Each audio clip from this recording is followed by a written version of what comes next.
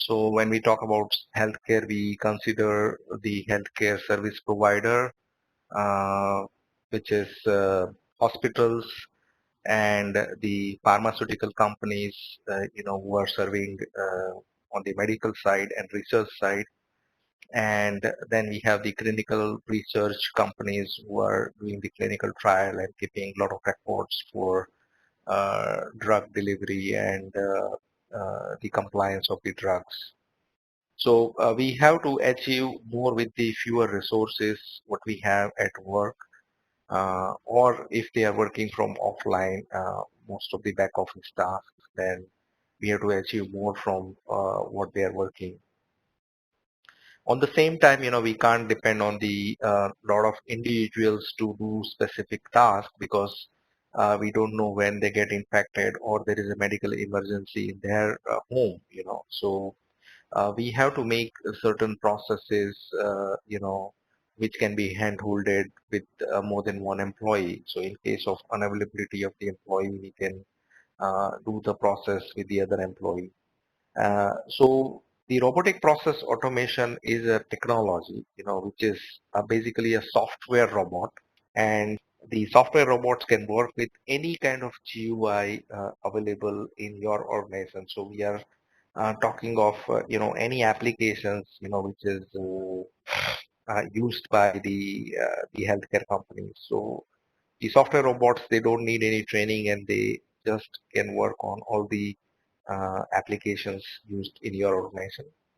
The next thing is, we as a human has a true capability to read certain documents and understand data, right? So the robots also can understand data, they can validate data, they can understand the algorithms decision, or it can understand the rule-based algorithm for any data presented to the robots and take decision accordingly. So similarly, like person, we take decision based on algorithm or based on data provided. The robots can take decision, right? Only that we as human being has limitations of working 8 hours a day, or sometimes in such pandemic situation we are not able to work for few days.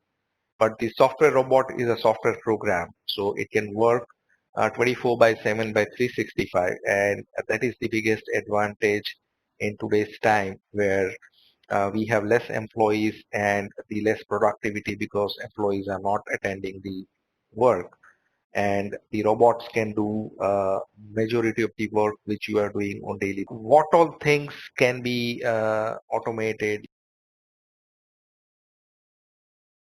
Automation landscape, that there are various sections in basically healthcare sector, and what we can automate in the experience. The patient is coming to healthcare facility or the CRO facility, and you are admitting the patient, you are scheduling the patients.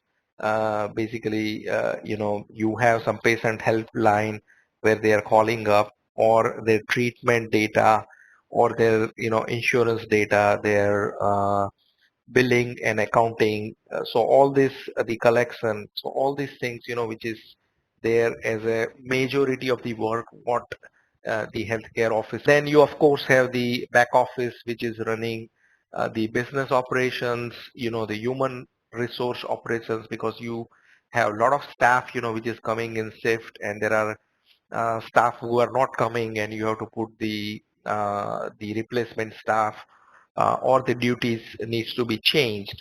So all this work, which is related to the human resource, can on the operation side, like your finance, accounts, bookkeeping, insurance process. So all these things can be automated with the operations.